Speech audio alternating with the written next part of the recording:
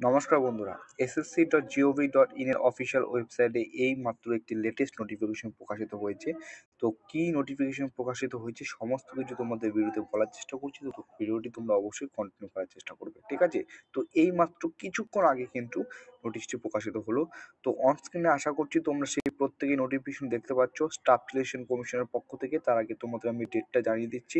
এখানে তারিখটা দেখতে পাচ্ছ 18/3/2024, ঠিক আছে? এখানে যে বলেছে সেটা বলেছে recruitment of constable in central arm police force CSF CAPF SSF rifleman 2022। তাও কিছুদিন আগে 15ই মার্চ তোমাদের একটা ভিডিও করে বলেছিলাম, মনে করে দেখো, যে ফাইনাল রেজাল্ট প্রকাশিত করা হয়েছে শুধুমাত্র একটি স্টেটের ক্ষেত্রে, সেটা হচ্ছে মণিপুর।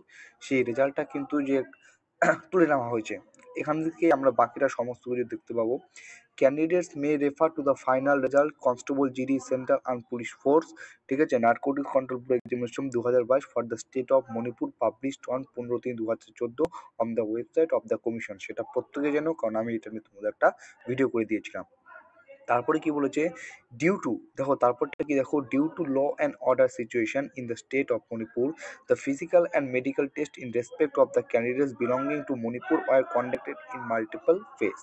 ওয়াইল processing the result date 15/3/2024, the data pertaining to one phase was inadvertently missed out, ঠিক আছে? এটা কিন্তু এখানে উল্লেখিত করা রয়েছে। মানে হচ্ছে মণিপুর রাজ্যে আইনশৃঙ্খলা পরিস্থিতির কারণে মণিপুরের অন্তর্গত প্রার্থীর জন্য শারীরিক ও মেডিকেল পরীক্ষা একাধিক পর্যায়ে পরিচালিত হয়েছিল।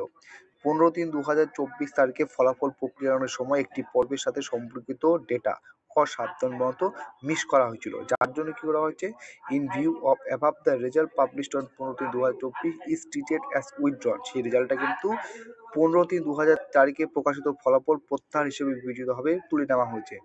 The revised final result in respect of Manipur incorrupting the complete data of the candidates will be published shortly. উপরের পরিপ্রেক্ষিতে 15/3/2024 তারিখে প্রকাশিত ফলাফল প্রত্যাহার হিসেবে বিবেচিত হবে।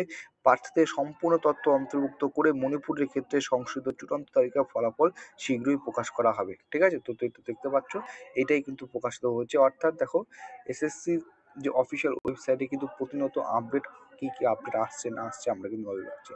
এর মধ্যে সবথেকে যেটা বেশি গুরুত্বপূর্ণ সেটা হচ্ছে জিডির অ্যান্সার কি।